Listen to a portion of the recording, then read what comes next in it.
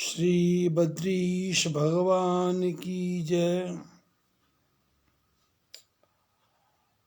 पवन सुत हनुमान की जय।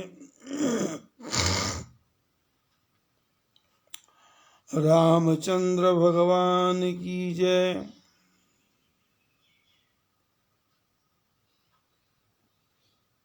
लक्ष्मी नारायण भगवान की जय।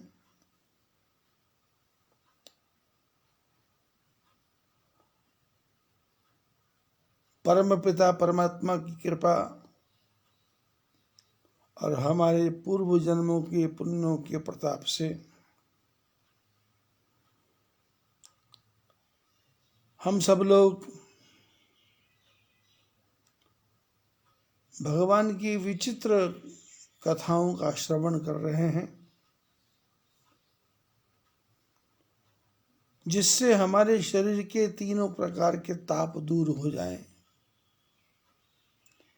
दैविक, दैहिक, भौतिक तापा। देह के दुख, देवताओं के द्वारा दिए हुए दुख, और भौतिक दुख, आंधी चलना, सूरज का तेज चमकना, तेज वर्षा हो जाना, बाढ़ आ जाना,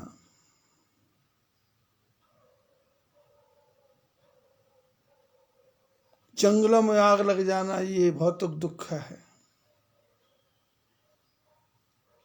और देव का दुख है,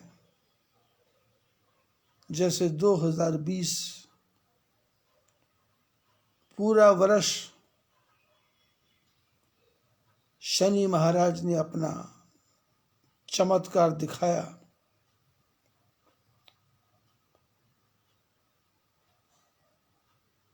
और विश्व का कोई कोना बचा नहीं जिसमें आदमी पीड़ित ना हुआ हो।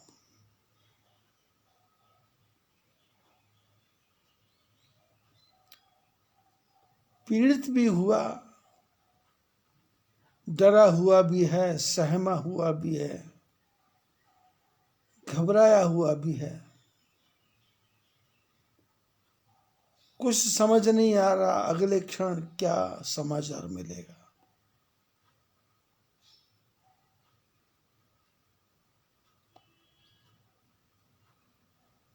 खड़े खड़े आदमी की मृत्यु हो रही है।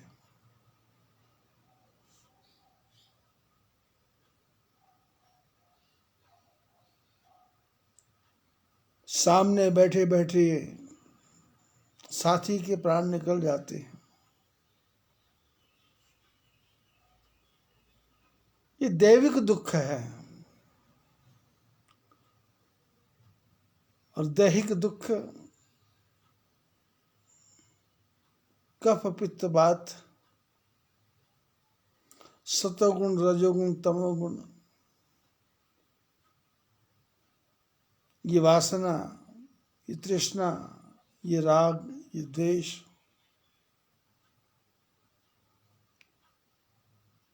ये सब हमारे हृदय में ऐसे झंझावात पैदा करते हैं कि आदमी जाग करके भी, चाह करके भी जाग नहीं सकता, सो नहीं सकता।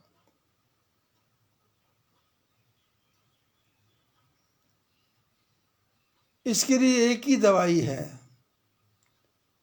राम नाम एक औषधि। हरि का भजन कर नहीं तो पछताएगा। ये माटी का खिलौना माटी में मिल जाएगा।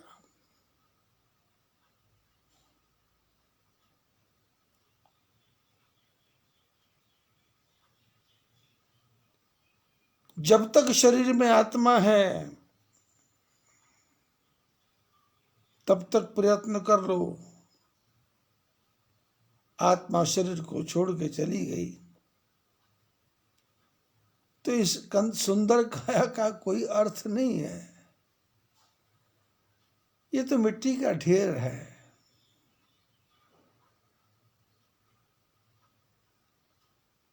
आप कमरे में पड़े रहेंगे, आपके प्राण निकल जाएंगे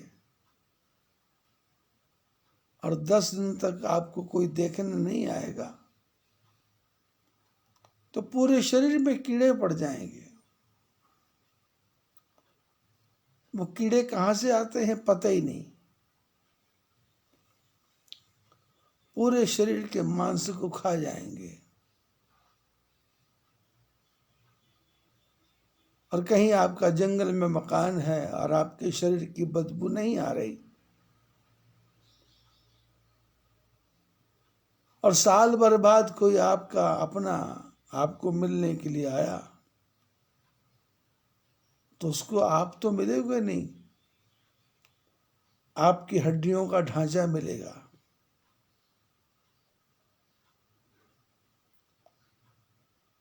ये प्यारे गाल, ये प्यारा भाल, ये प्यारी आंखें, ये प्यारी पलकें, ये प्यारे पतले पतले ओंठ, लंबी सुराहीदार गर्दन, चौड़ी छाती, घुंघराले बाल, कब कीड़े खा गए कुछ पता ही नहीं लगा।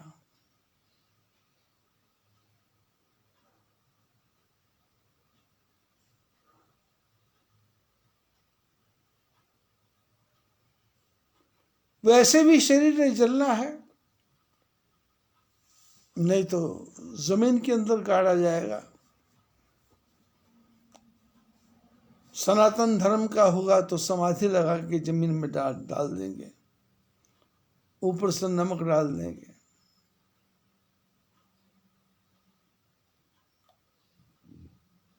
पारसी होगा तो अपनी अग्यारी में डाल देंगे जिससे गिद्ध पक्षी उसको खा जाए।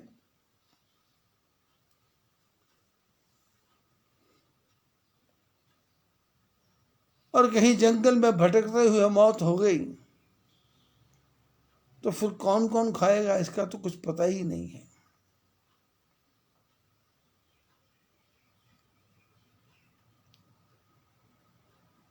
ये हमारे आपके जो मिट्टी का शरीर है, इसके लाखों दुश्मन हैं, हजारों दुश्मन हैं।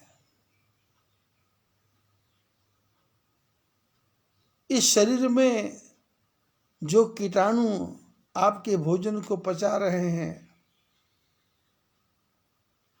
जो आपके शरीर में सेल्स सफेद खून लाल खून बना रहे हैं,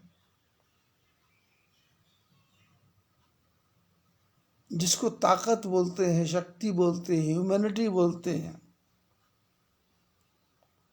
आत्मा निकलने के बाद वो ह्यूमैनिटी ही ह्यूमन को खा जाती है। ह्यूमैनिटी ह्यूमन मनुष्य को खा जाती है।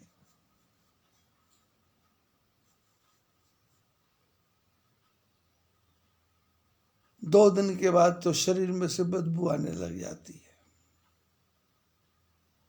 आदमी जीवित है, 10 दिन स्नान नहीं करे तो कपड़े में बास आती है, लेकिन आदमी के प्राण निकल जाए तो 2 दिन में ही शरीर में से बास दुर्गंधी आने लग जाती है।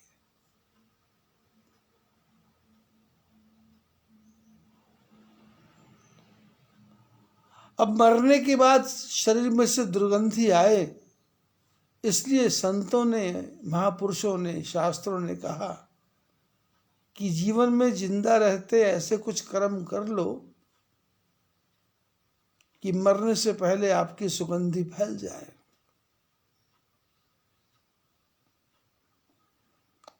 आप अपने नौकर के साथ अच्छा व्यवहार कर सकते हैं, आप अपने साथी से मीठी भाषा में बात कर सकते हैं, आप अपने साथी की बात को नहीं काटना, उसकी बात को स्वीकार करना। और यदि गलत भी है तो प्रेम ढंग से, प्रेम के ढंग से समझा देना। साथी के मन को भी ठेस ना लगे, नौकर के मन को भी ठेस ना लगे, पड़ोसी के मन को भी ठेस ना लगे, और आपको भी परम शांति की प्राप्ति हो।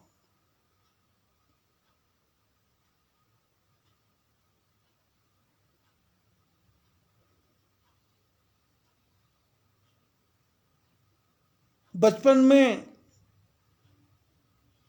जब मैं समाज में रहा करता था तो देखता था कई लोग प्रातःकाल पैदल प्रातः भ्रमण करने के लिए जाते थे, तो रास्ते में कोई मिलता था, राम राम जी, राधे राधे, गोविंदा गोविंदा, दुकान खोलते थे, ग्राहक आता था, राम राम जी, मीठी भाषा। वैमनस्य नहीं था, आबादी बहुत कम थी, थोड़े में गुजारा हो जाता था।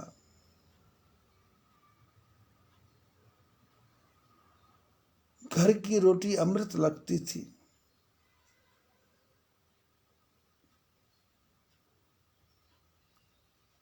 समय का बदलाव हुआ,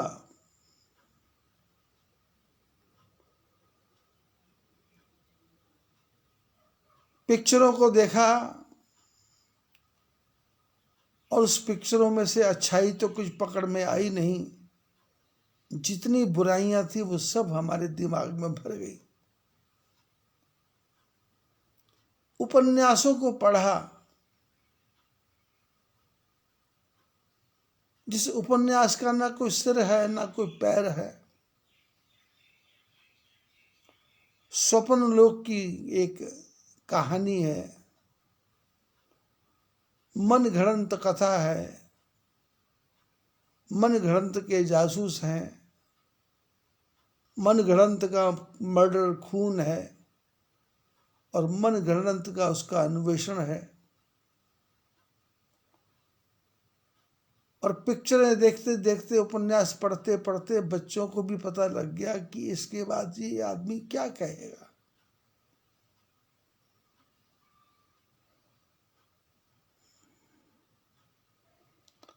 हम लोग कथाकारों की कथा सुनते हैं टीवी पर,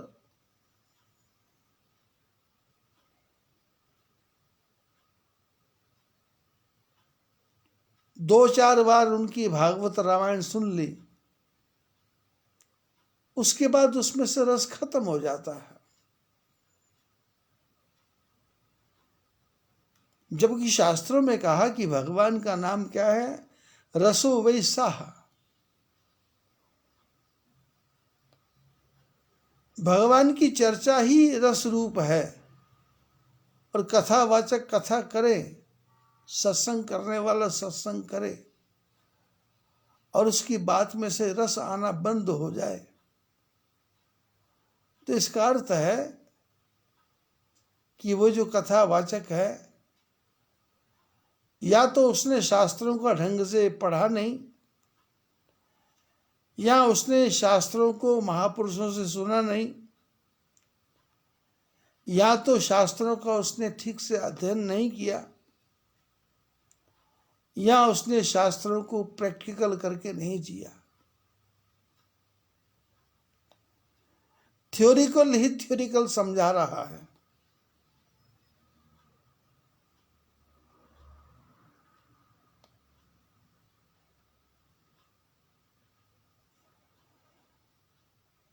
जैसे भगवान राम जी के बारे में कहा कबीर जी ने कि एक राम दशरथ का बेटा, एक राम घट घट में लेटा, एक राम का सकल पसारा, और एक राम है सबसे न्यारा। राम एक ही है।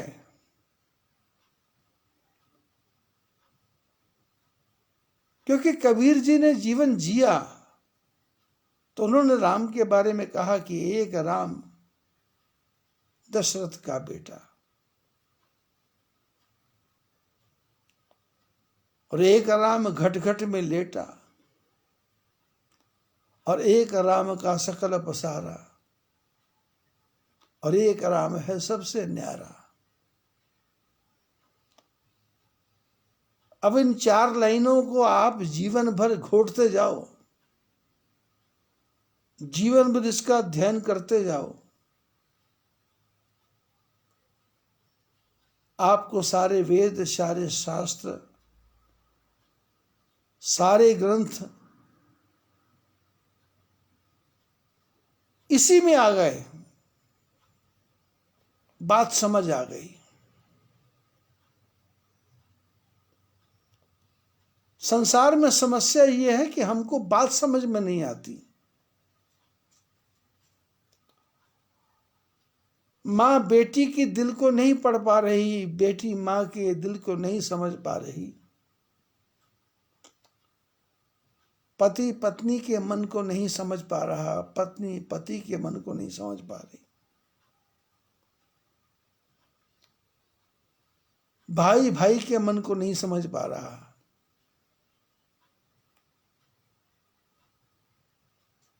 एक दूसरे से विरोध है, एक दूसरे की बात को काटने की प्रवृत्ति है, दूसरे को डिफेम करने की भावना है, दूसरे को डाउनफॉल करने की भावना है। क्योंकि हम चाहे पिता हो, चाहे पुत्र हो, चाहे माँ हो, चाहे बेटा हो, चाहे दादा हो, चाहे दादी हो, हम जितने भी लोग हैं, हमारे जो डीएनए है, हमारे जो जीन्स हैं, एक तो हमारे दादा, परदादा, परदादा से दादा से दादा से दादा से दादा, फिर माँ की नानी की नानी की नानी की नानी की नानी। आपने परिवारों में देखा होगा, माता पिता छोटे कद के हैं, बेटा लंबा हो जाता है, माता पिता लंबे कद के हैं, बेटा छोटा हो जाता है। खोज करो तो पता लगता है कि इसके दादाजी छोटे थे, इसके परदादाजी छोटे थे, इसके नाना छोटे थे, इसके परनाना छोटे थे। ये अपने मामा पे गया है, ये अपने दादा पे गया है, दादा पे तो गया है, दादा जैसा लंबा हो गया, पर जो उसका दिमाग किस पे चला गया? बोले दिमाग तो नानी पे चला गया। तो दिमाग नानी पे चला गया तो विचार किस पे गए? तो बोले विचार भूआ पे चले गए।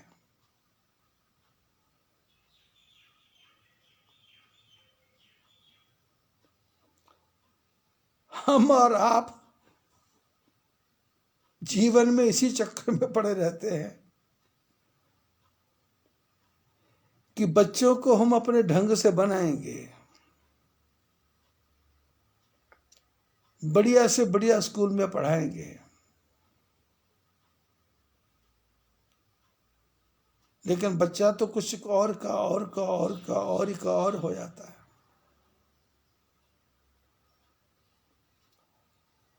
माँ बाप सोचते हैं बेटी बड़ी हो गई, शादी करवाएंगे, लेकिन बेटी तो कहीं और ही शादी कर लेती है। 2-4 साल तक मन मुटाव रहता है, बाद में फिर सब मिल जाता है। माँ बाप की इच्छा होती है बेटे की शादी धूमधाम से करेंगे, पर बेटा तो किसी और ही को चाहता है और वो खुद बोलता करना है। माँ बाप कहते कर लो।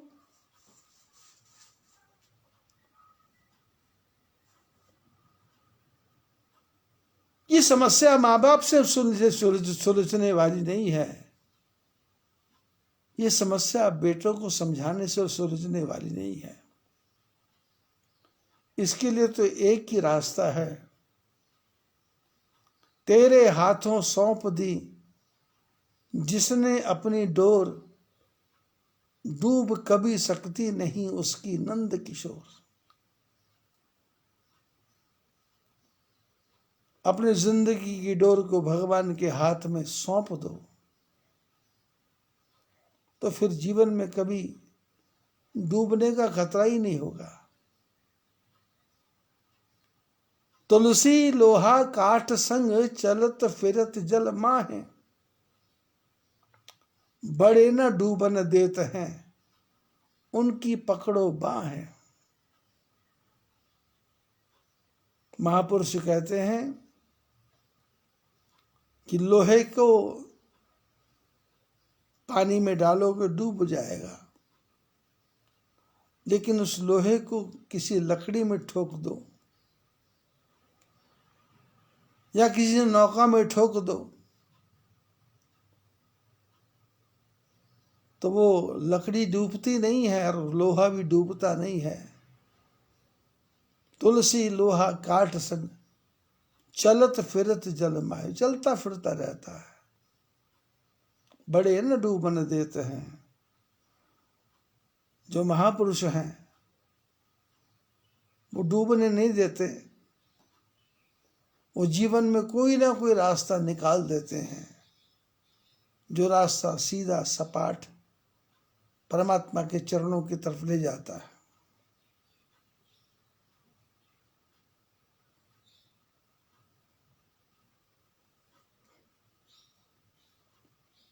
अपनी कथा का प्रसंग चल रहा है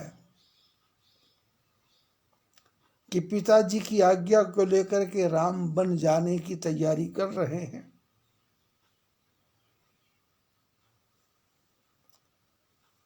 सीता जी ने कहा मेरे को लेके चलोगे। बहुत ही तर्क वितर्क हुए, समझाने की कोशिश की, अंत में राम जी ने कहा चलो तैयारी करो। लक्ष्मण जी आए,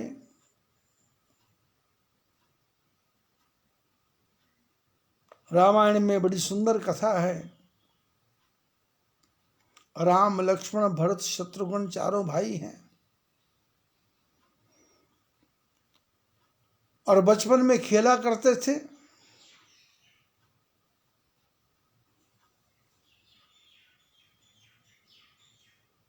जिसको फुटबॉल कहते हैं।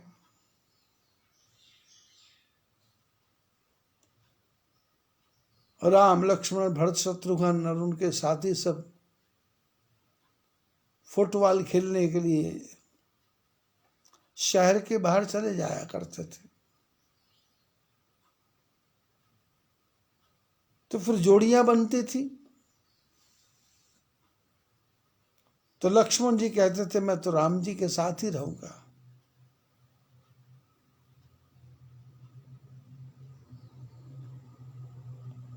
और भरत जी से पूछा गया तो बोले ना,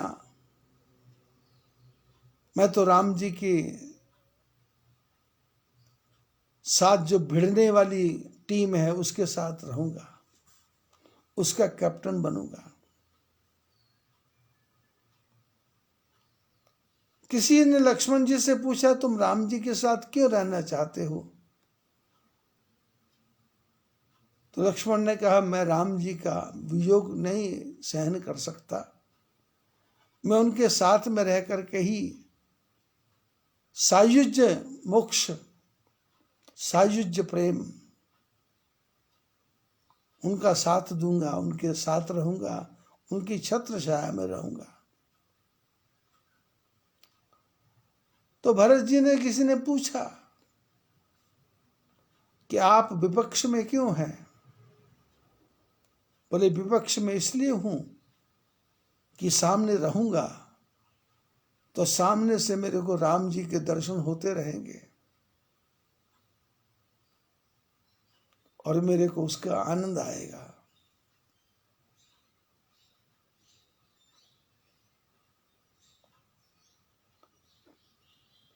बड़े बड़े महापुरुष कथा सुनाते हैं कि फुटबॉल का मैच शुरू हुआ, लक्ष्मण जी ने गेंद को ठोकर मारी और गेंद सीधा शत्रुघ्न जी के पास गई।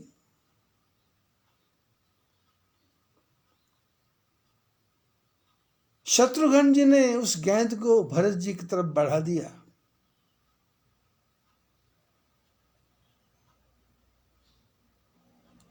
भरत जी ने जोर से ठोकर मारी, वो गेंद लक्ष्मण जी के पास पहुंच गई और लक्ष्मण जी ने इतनी जोर से लगाया वो गेंद वापस भरत जी के पास पहुंच गई और भरत जी ने फुटबॉल को फिर ऐसा जोर से मारा कि वो गेंद राम जी के पास आई। राम जी ने उस गेंद को कुछ नहीं किया, थोड़ा सा पीछे हट गए और गेंद सीधा टारगेट में पहुंच गई, जिसको सीधे शब्द में गोल कहते हैं। दो डंडों के बीच में चली गई।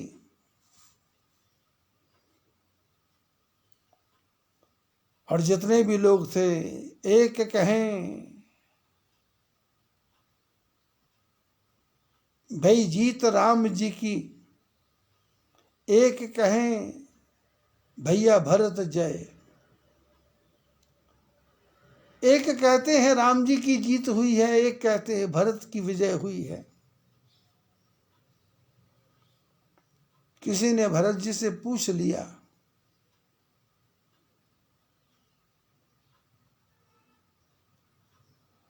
कि राम जी ने गेंद को मारा तो शत्रुघ्न जी के पास कैसे पहुंची? तो भरत जी ने कहा ये गेंद नहीं है, ये बॉल नहीं है, ये फुटबॉल नहीं है, ये तो संसार का जीव है, संसार का प्राणी है। राम जी के चरणों को छोड़ करके शत्रुघ्न के पास चला गया। शत्रुघ्न कौन है? जाके सुमिरन तेरी पुनाशा, नाम शत्रुघ्न वेद प्रकाश। शत्रुघ्न कौन है? जिनके नाम के स्मरण से सारे शत्रुओं का नाश हो जाए। शत्रु मैंने मनुष्य नहीं, शत्रु मैंने हम अकेले बैठे बैठे कभी उदास हो जाते हैं, कभी क्रोधित हो जाते हैं, कभी चिंतित हो जाते हैं, कभी डिप्रेशन में चले जाते हैं, कभी सोच में पड़ जाते हैं, कभी विचार मन में गंदे गंदे विचार आने लग जाते हैं।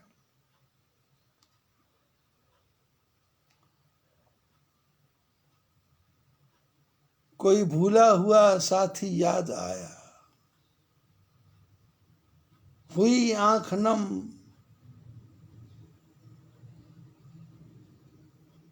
तो ये दिल मुस्कुराया। आंखों में आंसू आए, दिल मुस्कुराया, कोई भूला हुआ साथी याद आया। साथी साथ छोड़ के चला गया था, उसकी याद आई, उसकी अच्छाइयां याद आई, अपने जीवन के घटनाक्रम को याद आया, बैठे बैठे डिप्रेशन में चला गया। कभी काम दुखी करता है, कभी क्रोध दुखी करता है, कभी लोभ दुखी करता है, कभी मोह दुखी करता है। ये सारे शत्रु हैं। भरत जी ने कहा ये फुटबॉल नहीं है, ये जीव है। भगवान ने शत्रुघ्न जी के पास भेजा कि शत्रुघ्न जी, ये आपके पास भेज रहा हूं, इसको ठोक पीट के ठीक कीजिए और इस जीव में से सारे शत्रुओं को समाप्त कर दीजिए। भरत जी गेंद को, शत्रुघ्न जी गेंद को भरत जी के पास भेज देते हैं, फुटबॉल को भरत जी के पास। ये भरत जी के पास फुटबॉल क्या करने आई? शत्रुघ्न जी कहते हैं कि इसके सारे जो भी कचरा है वो मैंने नष्ट कर दिया, इसलिए आप इसमें गुणों को भर दो। विश्व वरण पोषण कर जोई, ताकर नाम भरत अस होई। वो जो विश्व का भरण पोषण करे उसका नाम भरत। तो शत्रुघ्न जी ने फुटबॉल जीव को भरत जी के पास भेजा कि इसकी चिकित्सा तो मैंने कर दी, इसका इलाज तो मैंने कर दिया, लेकिन इसको अब रिन्यू कर दो, ओवर आइलिंग कर दो, इसकी रिफिलिंग कर दो, इसमें अच्छे गुणों को भर दो। बुराइयां तो मैंने समाप्त कर दी, लेकिन जो एम्प्टी हृदय, एम्प्टी हार्ट, एम्प्टी बुद्धि, खाली दिमाग, खाली बुद्धि वाला हो गया, खाली बोतल, खाली डिब्बा, ले लो मेरे यार, ये खाली हो गया, इसलिए भरत जी इसमें भरो। और भरत जी ने उसको, फुटबॉल को लक्ष्मण जी की तरफ मारा। लक्ष्मण जी की तरफ क्यों मारा? भरत जी ने कहा कि मैंने इसमें सब कुछ भर दिया है, पर आप आचार्य हैं, जीवाचार्य हैं लक्ष्मण जी। ये जो बॉल रूपी, गेंद रूपी, फुटबॉल रूपी जीव है, इसमें आप गुरुमंत्र भर दो, गुरुमंत्र। लक्ष्मण जी ने राम नाम का मंत्र दिया, ज्ञान का मंत्र दिया, और ज्ञान का मंत्र देने के बाद में फिर फुटबॉल को भरत जी की तरफ, और भरत जी के पास आई। तो भरत जी ने सोचा ये जीव मानता नहीं है, इसको आचार्यों के पास भेजते हैं लेकिन फिर भी भटक रहा है, इसलिए क्यों ना इसको राम जी की शरण में ही भेज दें। तो भरत जी फुटबॉल को किक मारते हैं, ज्यादा जोर से भी नहीं मारते, राम उसको रोक सकते थे, पर राम जी ने रोका नहीं, वो गेंद गोल में चली गई। जीव का मोक्ष हो गया। राम जी क्यों नहीं रोक रहे? राम जी ने कहा जब शत्रुघ्न जी ने इसके सारे शत्रुओं को नाश कर दिया, भरत जी ने इसके भरण पोषण की व्यवस्था कर दी, और लक्ष्मण जैसे आचार्य ने जब इसको राम नाम का मंत्र दे दिया, अब ये मेरी शरण में आया है, तो अब इसको मैं लात मारूं, प्रहार करूं? नहीं, अब तो मैं इसको हृदय से लगाऊंगा, इसलिए अपने बैकुंठ के गोल में पहुंचा दूंगा।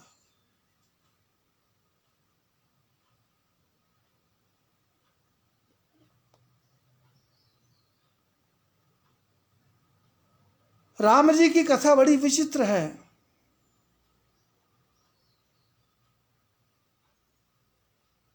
सीता जी को राम जी ने कहा चलो जंगल में, लक्ष्मण जी आ गए। लक्ष्मण जी ने कहा मेरे लिए क्या आज्ञा है? बहुत तर्क वितर्क हुआ, बातें हुई, राम जी ने समझाया।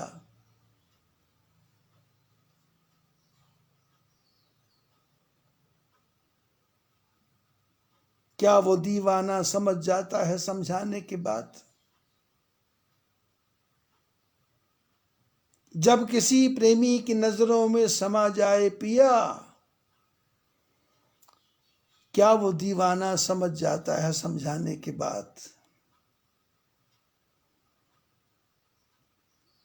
संसार में छोटी अवस्था में लड़का लड़की का प्रेम हो जाए, उनको ना जाति की चिंता है, ना प्रथा की चिंता है, उनको ना समाज का भय है, ना परिवार का भय है। बेटा माँ बाप से लात, घूंसा, थप्पड़,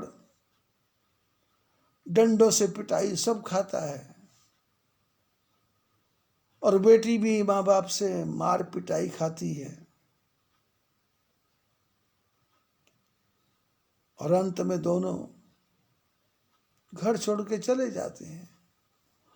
लोग बोलते हैं भाग गए, भागते नहीं है, भाग करके कोई नहीं जाता, आराम से पैदल ही जाते हैं, लेकिन घर को छोड़ देते हैं। करोड़ों की पिता की संपत्ति हो, बेटे को चिंता नहीं, बाप बोलता है घर में घुसना नहीं, बेटा बोलता तैयार हूं, नहीं आऊंगा। करोड़ों की पिता की संपत्ति, माँ बाप कहते हैं, माँ तो नहीं कहती, बाप कहता, क्योंकि माँ को तो पता ही होता है, लड़की की माँ को भी पता होता है क्या कांड चल रहा है, लड़की के माँ को भी पता होता है क्या कांड चल रहा है। ये तो जो लड़का लड़की के बाप हैं उन दोनों को ही नहीं पता होता क्या चल रहा है।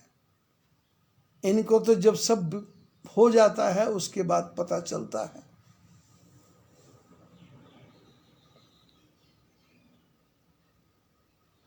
करोड़ों की संपत्ति का त्याग कर देते हैं।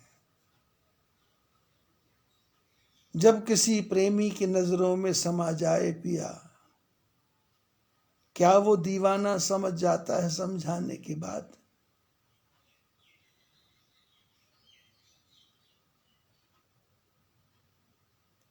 जलती हुई आग में परवाना जल करके भस्म हो जाता है।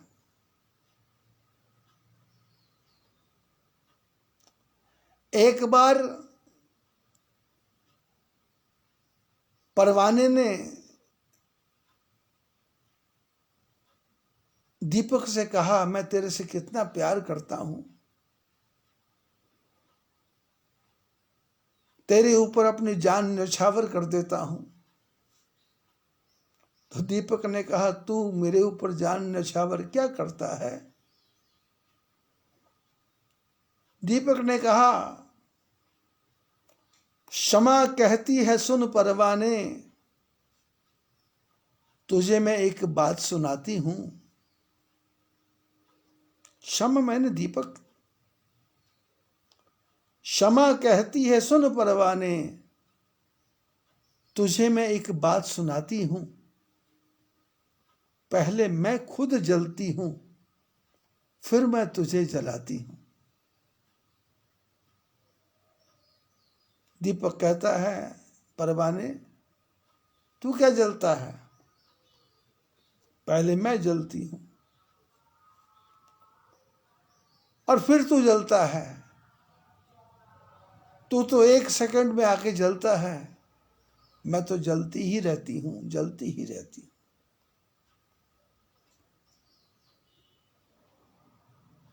समाचार जब लक्ष्मण पाए, व्याकुल बदन वदन उठ धाए। राम जी हंसा के कहा कि मेरे लिए क्या आज्ञा है?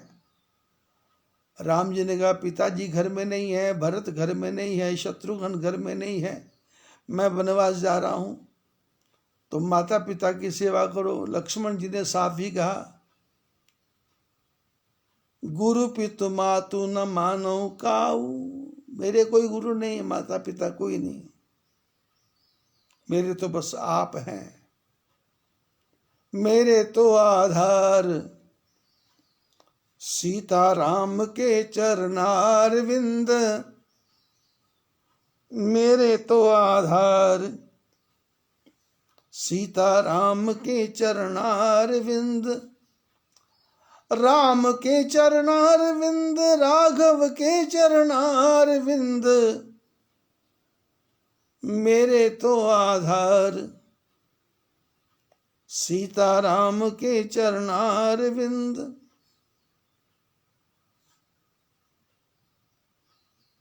लक्ष्मण जी ने, राम जी ने लक्ष्मण जी की दशा को देखा तो उन्होंने कहा कि भाई मां से आ जाके आज्ञा ले लो। लक्ष्मण जी मां के पास गए तो मां ने तो सीधे शब्दों में कहा, तूने मेरे को मां समझा कब से? और तुमने इस अयोध्या को, पत्थरों की नगरी को अयोध्या समझ लिया क्या? अरे भाई नहीं, तात तुम्हार मातु बैदेही। पिता राम सब भांति सनेही।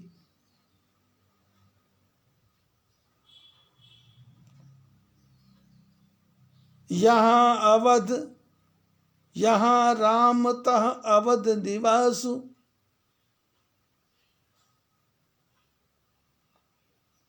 वहां दिवस यह भानु प्रकाश। मां ने कहा, मैं तुम्हारी मां नहीं, तुम्हारी मां सीता है, तुम्हारे पिता राम हैं, और जो पैसी राम बन जाही, तो अवध तुम्हारे काज कछु नाही। अरे यह राम है, वहीं अयोध्या है। यदि सीता राम जी बन जाते हैं तो तुम भी बन जाओ, लेकिन वहां जाकर के कुछ बातों का ध्यान रखना। मां ने बड़े सुंदर शब्दों में कहा कि जंगल में जाकर के मैं जाने की आज्ञा दे रही हूं, पर वहां जाकर के राग, रोष, ईर्षा, मद, मोहू, जनि स्वप्न हु इनके बस होहू। जंगल में जाकर के राग, रोष, ईर्षा, मद, मोह, इनके बस में स्वप्ने में भी नहीं होना। सकल प्रकार विकार बिहाई। मन क्रम बचन करहु सेवकाई। लक्ष्मण, राम जी के साथ जा तो रहे हो, पर हर प्रकार के विकारों को छोड़ करके भगवान के चरणों की मन क्रम वचन से सेवा करना। मन क्रम वचन से सेवा।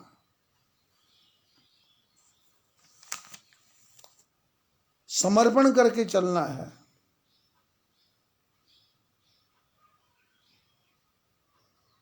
लक्ष्मण जी ने मन में विचार किया कि मां ने आज्ञा दी है कि राग, रोष, ईर्षा, मद, मोहु, जनि स्वप्ने हु इनके बस होहु।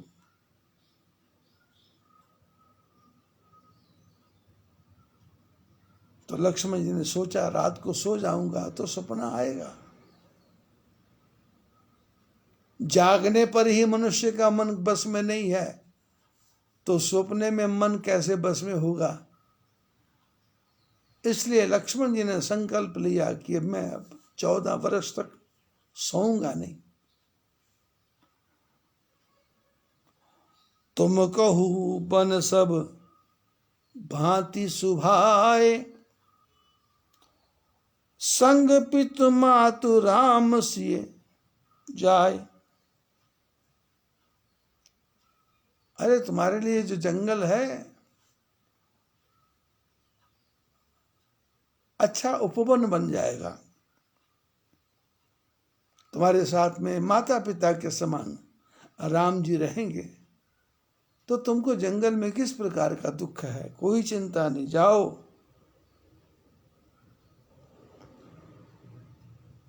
जही न राम बन लहही कलेसु, सुत सोई करे हुई है उपदेश। माता सुमित्रा ने कहा कि जंगल में ऐसी कोई बात नहीं करना जिससे राम जी के मन में कलेश पैदा हो जाए। इस प्रकार का व्यवहार करना कि मन में चिंता ना हो राम जी को किसी प्रकार की। उपदेश यह जहि तात तुमरे, राम सिय सुख पावही। पितु मातु प्रिय परिवार, पुर सुख सुरति मन बिसरावही। तुलसी प्रवहि सुख देई आयस, दीन पुनिया सिख दई। रति हो अविरल अमल सिय रघुवीर, पद नित नित नई। माता सुमित्रा जी ने ऐसा ज्ञान दिया, उपदेश दिया, जिससे लक्ष्मण जी के हृदय में सीता राम जी के चरणों के प्रति और भी स्नेह पैदा हो जाए, और समझाया कि राम जी के साथ में इस प्रकार से रहना है कि उनको पिता माता की याद ही ना आए, अयोध्या की याद ही ना आए, सब कुछ भूल जाएं, जंगल में ही आनंद लें, ऐसा काम करना।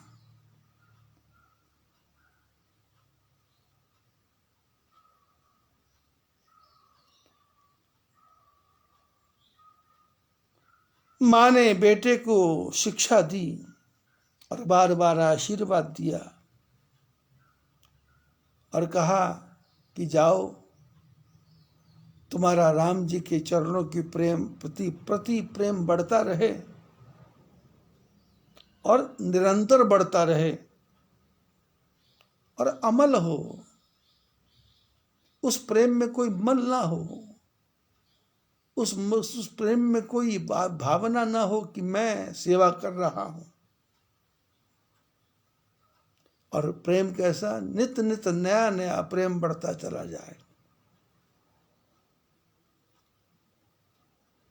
जीवन में तभी आनंद आएगा जब नित्य नया सवेरा और नित्य नया परमात्मा के प्रति प्रेम उमड़ता चला जाए। सोचना किसके बारे में है, जो होना है वो तो होके ही रहेगा।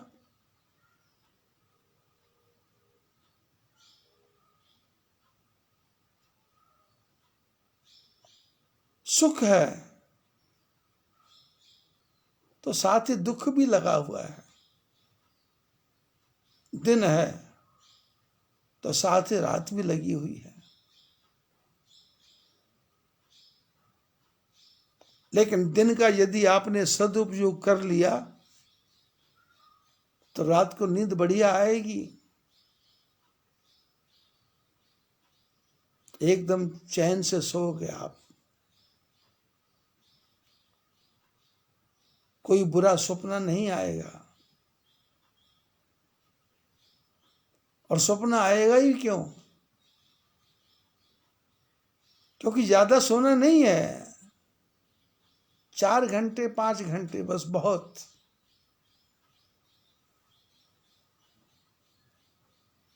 बिस्तर कोई नहीं रगड़ते रहना, नींद खुल जाए उठ के बैठ जाओ, और बैठ करके भगवान के नाम का स्मरण करो, धरती माता को प्रणाम करो, हाथों का दर्शन करो और शीशे में जाकर के अपने चेहरे को देख लो।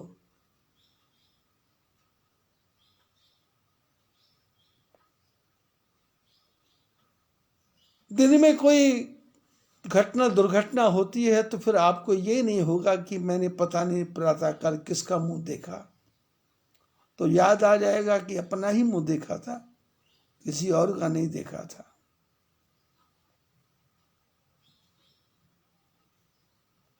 चलते समय बिल्ली रास्ता काट गई, किसी ने छींक दिया और आपको भ्रम हो गया। इन सब बातों से अलग हट करके जो सहज जीवन है उसकी तरफ चलो। जीवन में घटना दुर्घटना तो एक जीवन के पहलू हैं, ये होंगे। गाड़ी सड़क पे चलेगी तो टकराएगी भी, ठोकर भी खाएगी, चोट भी लगेगी। चोट लग गई है तो मलहम लगा लो, और जहां चोट लगी है दोबारा सावधान हो जाओ। माता सुमित्रा कितने प्यार से लक्ष्मण जी को समझाती है कि जाओ, मातु चरण सिर नाई चले,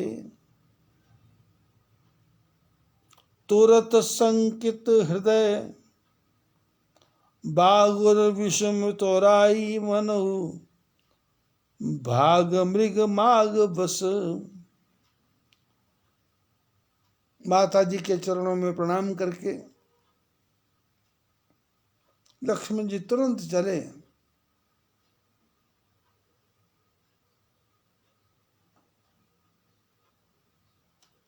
विचार करते हैं कि शायद कोई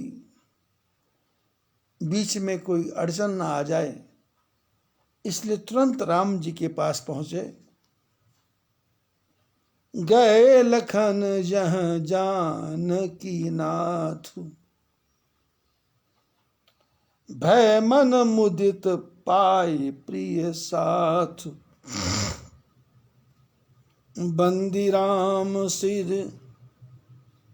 चरण सुहाए, चले संग नृप मंदिर आए। कहि परस्पर पुर नर नारी, भली बनाई विधि बात बिगारी। तान कृष मन दुख बदन मलिने, बिकल मनहु माख मधु छीने। करमी जई सिर धुन पछताही, जन बिन पंख बिहग अकुलाही। भई बड़ भीर भूप दरबारा, वरण न जाई विषाद अपारा। लक्ष्मण जी सीताराम जी के पास पहुंचे, चरणों में प्रणाम किया, मन बहुत प्रसन्न हुआ। जैसे किसी प्यासे को पानी मिल जाए।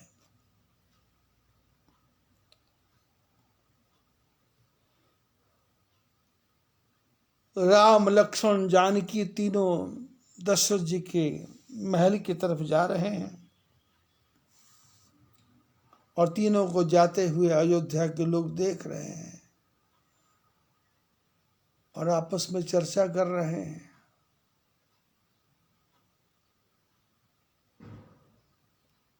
कि अच्छी प्रकार से सारा काम ठीक हो रहा था, पर ये बात कैसे बिगड़ गई कुछ पता नहीं चल रहा। लोगों के शरीर सूखते जा रहे हैं, मन दुख से मलिन होता जा रहा है और व्याकुल हो गए, जैसे मधुमक्खी से उसका छत्ता छीन लिया जाए, ऐसे मधुमक्खी व्याकुल होकर के भागती है। ऐसे लोगों की दशा हो गई। लोग हाथों को मल रहे हैं, सिर को पीट रहे हैं और पछता रहे हैं कि ये क्या हो गया। ऐसी दशा अयोध्या वालों की हो गई जैसे पक्षी के पंखों को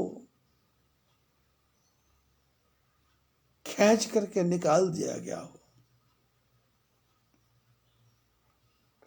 राजा दशरथ के दरबार में अयोध्या वालों की भीड़ लगी हुई है, भीड़। और जितने भी लोग हैं वो सब दुख से बहुत दुखी हैं। उनकी व्याकुलता किसी की समझ में नहीं आ रही। राम लक्ष्मण जानकी आए, सुमंत जी ने पकड़ करके दशरथ जी को बिठाया और कहा, राम आए हैं आपसे मिलने के लिए।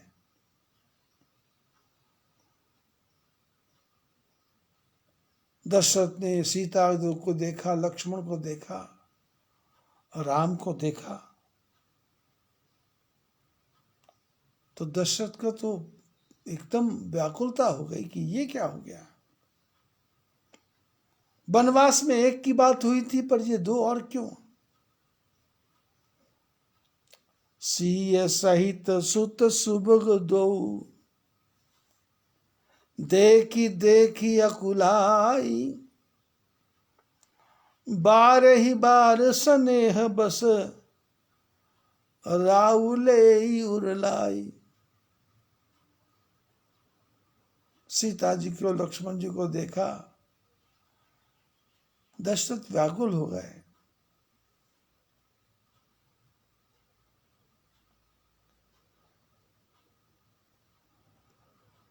प्रेम में फंस करके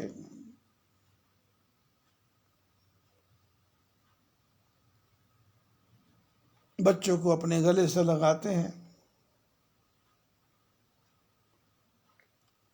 और मुंह से शब्द नहीं निकल रहा, क्या बोलूं।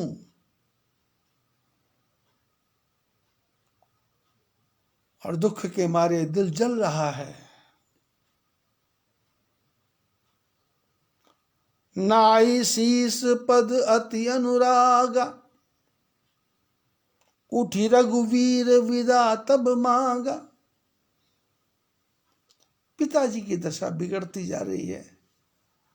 राम जी ने कहा, ज्यादा देर रुकना ठीक नहीं है। चरणों में प्रणाम करके बड़े प्यार से राम जी ने कहा, पिताजी अब आज्ञा दो।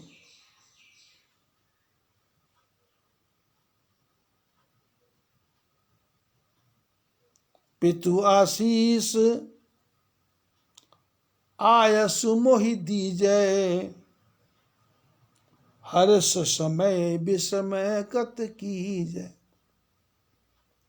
राम जी ने कहा, पिताजी आशीर्वाद दो, आज्ञा दो। ये खुशी का समय है, इसमें दुख करने की क्या आवश्यकता है। हमारे राजा रघु ने अपना सर्वस्व दान कर दिया था। दिलीप ने एक गाय के पीछे अपने शरीर को बलिदान करने की तैयारी कर ली थी।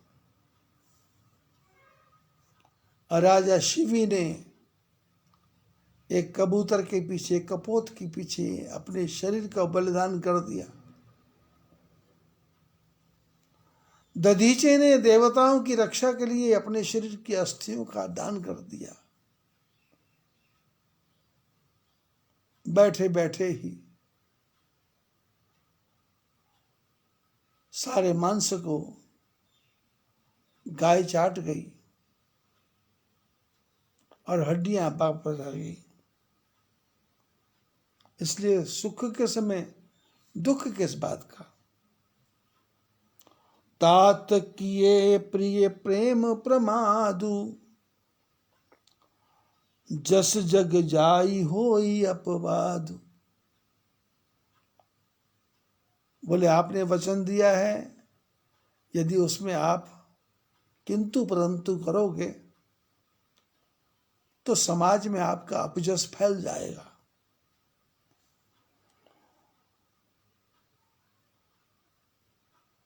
सोनी स्नेह बस उठ नर नाह, बैठा रे रघुपति गही बहा। राम जी की बात दशरथ जी को समझ आ गई।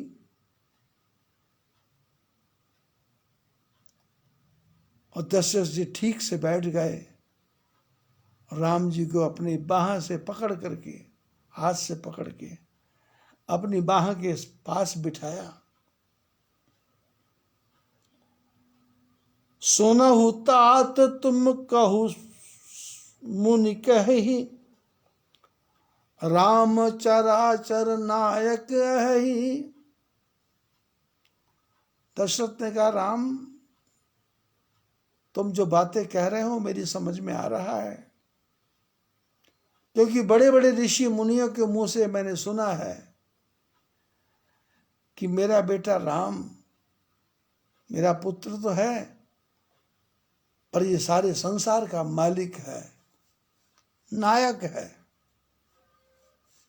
ऐसा महापुरुष मेरे को बता करके गए हैं। शुभ अरु अशुभ कर्म अनुहारी, ईश देई फल हृदय विचारी।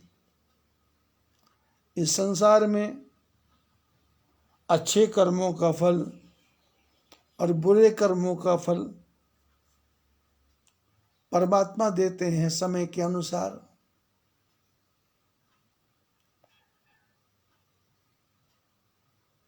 करे जो कर्म पाव फल सोई, निगम नेति असि कह सब कोई। जो कर्म किया है उसका फल तो भोगना ही पड़ेगा। ये शास्त्र भी कहते हैं और सिद्धांत भी है और नीति भी है। सब लोग जैसा कर्म करेगा वैसा फल देगा भगवान। लेकिन और करे अपराध को और पाव फल भोग, अति विचित्र भगवंत गति को जग जाने जोग। दशरथ ने कहा, एक बात समझ नहीं आई कि जो कर्म करता है उसको फल मिलता है, लेकिन यहां तो अपराध करने वाला कोई और है और फल को भोगने वाला कोई और है। भगवान की गति के बारे में मेरे को कुछ भी समझ नहीं आ रहा कि ये परमात्मा क्या करना चाहते हैं। शास्त्र तो कुछ और बोलता है, लेकिन यहां तो उल्टा हो गया। वचन मैंने कैकेयी को दिया था, लेकिन दंड तुमको भोगना पड़ रहा है। मेरी बुद्धि को क्या हो गया था? मैं भरत को ही राजा बना देता। चलो, राय राम राखन हित लागी, बहुत के उपाय किए छल त्यागी। राजा दशरथ ने राम जी घर में रहें इसलिए बहुत प्रकार से कथा कहानियां सुना करके समझाने की चेष्टा की। उन शब्दों में कोई छल कपट नहीं था, कोई प्रपंच नहीं था। लेकिन लखी राम रुख रहत न जाने, धर्म धुरंधर धीर सयाने। दशरथ समझा रहे हैं, पर दशरथ राम जी की तरफ देख रहे हैं कि राम जी के ऊपर पिता की किसी की बात का असर नहीं हो रहा। तो दशरथ समझ गया ये तो वनवास में जाना ही चाहता है, क्योंकि राम धर्म को मानने वाले हैं। तब नृपसिय लाई उरलीनी, अतिहित बहुत भांति सिख दीनी। तब दशरथ ने सीता जी को हृदय से लगाया, बेटी तुम वनवास क्यों जा रही हो? तुमको पता है जंगल में कितने दुख है, कितने कष्ट है।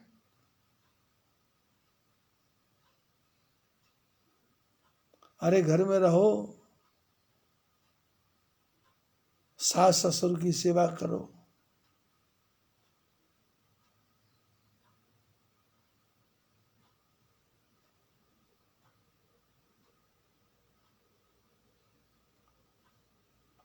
श्रीमन राम चरण अनुरागा, घर न सुगम बन विषम न लागा। और सबई सिय समुझाई, कही कही विपन विपत्ति अधिकाई। सचिव नारी गुरु नारी सयानी, सहित स्नेह कहे मृदुबानी। तुम कहूँ तो न दीन बनवासु, करहु जो कही ससुर गुरु सासु। सिख शीतल अति मधुर मृदु, सुनि सीत ही न सुहान। शरद चंद चंदन लगत, जनु चकही अकुलान। पिता दशरथ समझा रहे हैं, गुरु माताएं समझा रही हैं, सखियां समझा रही हैं, परिवार के बड़े बूढ़े समझा रहे हैं, जंगल के कष्टों के बारे में बता रहे हैं, घर में कितना सुख है। और सब बोलते हैं तुमको तो वनवास की बात की चर्चा ही नहीं है। और सबकी बातें सीता जी सुन रही हैं, और बातें सीता जी के मन में चुभ रही हैं, कष्ट दे रही हैं। सीय सकुच बस उतर न देई, सो सुनि तमक उठी कैकेयी। मुनिपट भूषण भाजन आनी, आगे धरी बोली मृदुबानी। सीता जी संकोच की बस में कुछ उत्तर देती नहीं, और कैकेयी तो एकदम आग बबूला हो गई।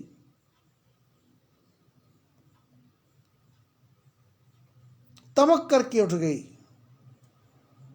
सबके सामने, और कमरे में जाकर के मुनियों के वस्त्र ला करके राम लक्ष्मण जानकी के सामने फेंक दिए। इनको पहलो और ये सारे आभूषण छोड़ दो। तुम ही प्राण प्रिय तुम रघुवीरा, शील स्नेह न छाड़िए भीरा। सुकृत सुजस परलोक न साऊ, तुम ही जान बन कहे न काऊ। अस विचार सोई करे जो भावा, राम जननी सुख सिख सुन सुख पावा। भूपै वचन बाण सम लागे, करहि न प्राण पयान अभागे,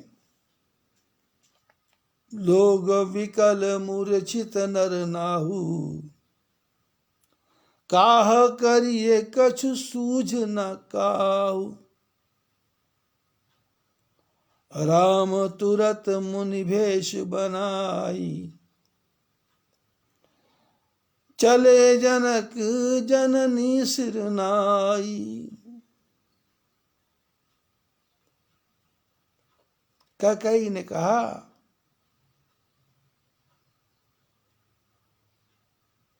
राजा दशरथ को राम जी प्राणों से प्यारे हैं, और ये दशरथ अपने शील स्नेह के कारण इनको छोड़ना चाहते नहीं हैं।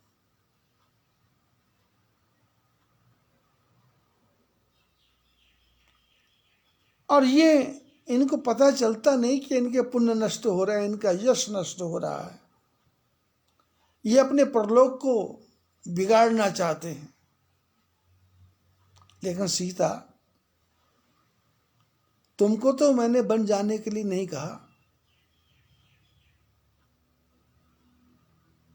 इसलिए मैं नहीं कहती कि तुम जाओ या ना जाओ, जो तुम्हारे मन में इच्छा वो करो।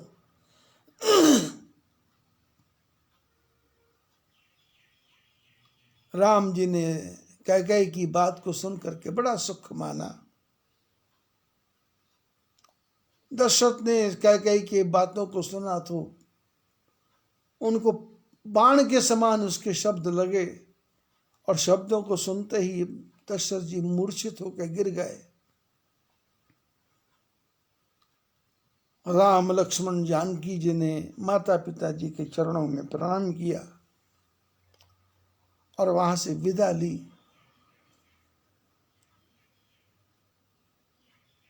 ये सब कथा एक ही बात समझाती है कि आदमी के जीवन में जब परिवर्तन आना होता है तो छोटी सी बात से कहाँ राज्यसभा में बैठने वाले, कहाँ सारी अयोध्या को सुख देने वाले, रानी कैकेयी के घर में जाने की क्या आवश्यकता थी। एक रात रुक जाते,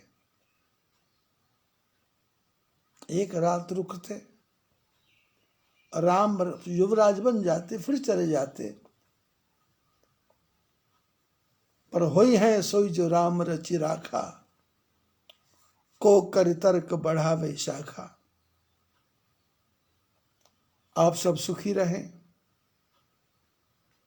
परमात्मा का भजन करें। वैशाख का महीना है, दिन लंबा हो गया, जल्दी उठने की चेष्टा करें और उठने के बाद स्नान करके सूर्य भगवान के प्रकट होने से पहले थोड़ा सा भगवान का भजन कर लें। फिर सूर्य को जल दे करके तुलसी की 7 परिक्रमा करके और तुलसी में दिया जलाकर वैशाख मास के महात्म को पढ़ें। आपके पास वैशाख मास की कथा की पुस्तक होगी। वैशाख मास की कथा मैं भी सुना सकता हूं, लेकिन वो सारी कथाएं 30-35 मिनट की हैं, और उसमें यही शब्द हैं कि सूर्य भगवान का दर्शन करो, जल चढ़ाओ, तुलसी माता की सेवा करो, नारायण भगवान का स्मरण करो। यही सारे 12 महीने में यही कथा है। पुरुषोत्तम मास में यही कथा है, और कोई कथा नहीं है।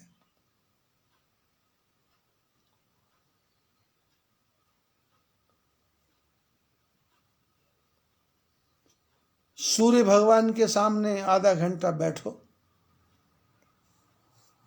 पीठ करके। ज्यादा तेज धूप में बैठना नहीं, पसीना निकलना चाहिए। फिर वहां से आकर के पंखे के नीचे एसी में नहीं बैठ जाना चाहिए। पसीने को सुखा लो और यदि आपके परिवार में नींबू है तो नींबू को एक कटोरी में निचोड़ लो और उसका रस लेट करके नाक के दोनों हिस्सों में 3-3, 4-4 बूंद डालना है और वो तेल जो नींबू का रस है वो आपके नाक के द्वारा आपके दिमाग की नसों में घूमते हुए,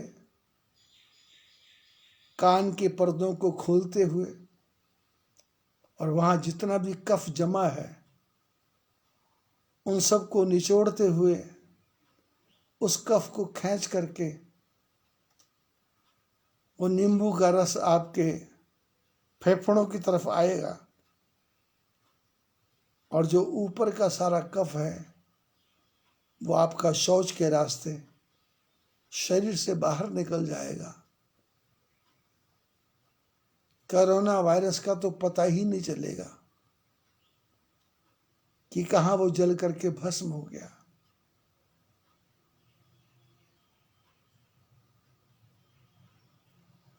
पाँच दिन ये प्रयोग करना है 2 टाइम